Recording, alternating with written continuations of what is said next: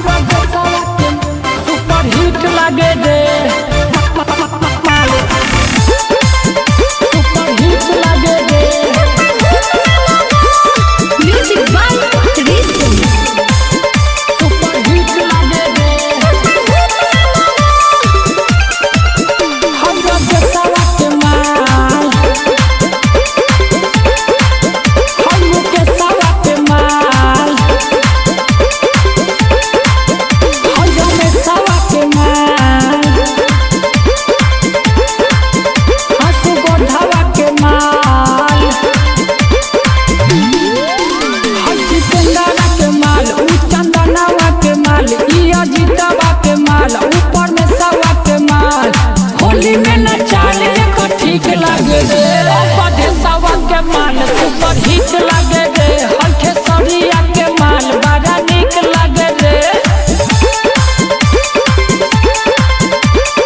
आप सुन रहे हैं सिंगर चंदन कुशवाहा सुपर हिट लागे रे सुपर हिट लागे रे सुपर हिट लागे रे सुपर हिट लागे रे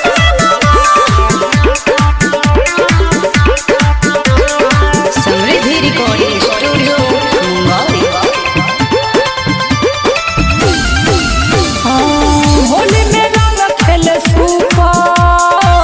बारी सब का से ऊपर बाटी में रंग लाके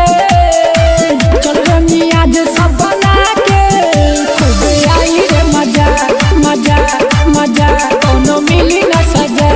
सजा सजा खूब आई रे मजा कोनो मिली ना सजा उन्हें कना आगा कोई ठीक लागे रे हई रजुआ के माल सुपर हिट लागे रे हई विजयिया के माल बड़ा निक लागे रे सुपर हिट लागे रे सुपर हिट लागे रे सुपर हिट लागे रे सुपर हिट लागे रे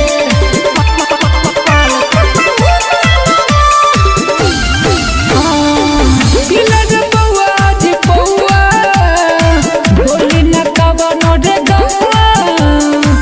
मोरी के काज उठावो चलो सब भौजी के लगावो तू त बारी कमसीड फिगर लागला हसी हसी हसी तू त बारी कमसीड फिगर लागला हसी